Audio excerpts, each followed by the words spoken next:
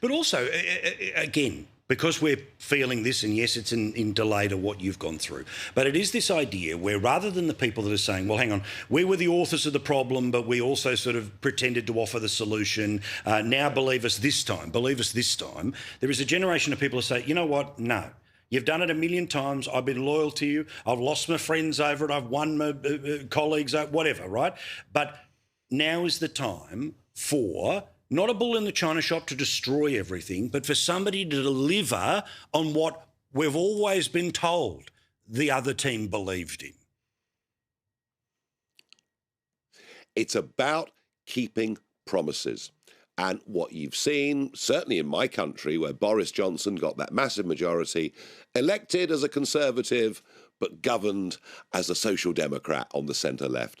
And you've seen that pattern again and again and again, the complete lack of courage, frankly, of those on the centre-right to stick to what they've promised the electors. And you're right, people literally feel betrayed by these old parties and they want something new. And boy, it's happening quick in Australia too, isn't it? Yeah, my oath. Let's talk about the Epstein files and the Andrew of it all. I mean, the Prime Minister trying to pretend as a way of having a response to things, oh, yes, he should go before an American congressional committee. Well, there's no capacity for that to be compelled or to happen. So what are your thoughts on what we learn as even, well, deeper ties than we already knew, but certainly more detail on how deep those ties were? Yeah.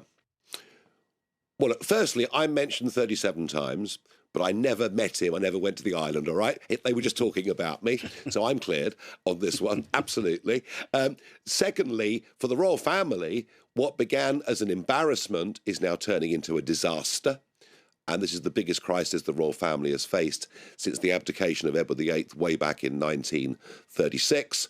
And as far as Lord Mandelson's concerned, he was leaking confidential cabinet information that was market sensitive directly to Epstein, timings of bailouts for Eurozone countries, etc. But he was also talking about things such as tunnels underneath number 10, security information he was giving to Epstein. And the big question now, number one, he's obviously clearly guilty of misconduct in public office, but has he broken the Official Secrets Act by telling people outside of government about our own internal security arrangements? And I have a feeling that this scandal is only just beginning.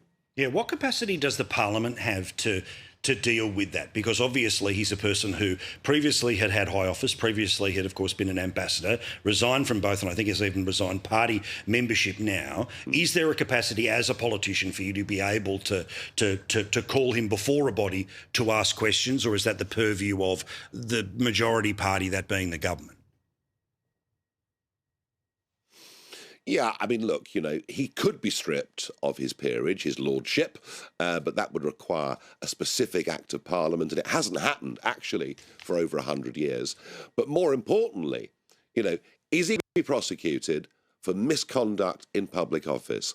Are questions going to be asked about breaches of the Official Secrets Act?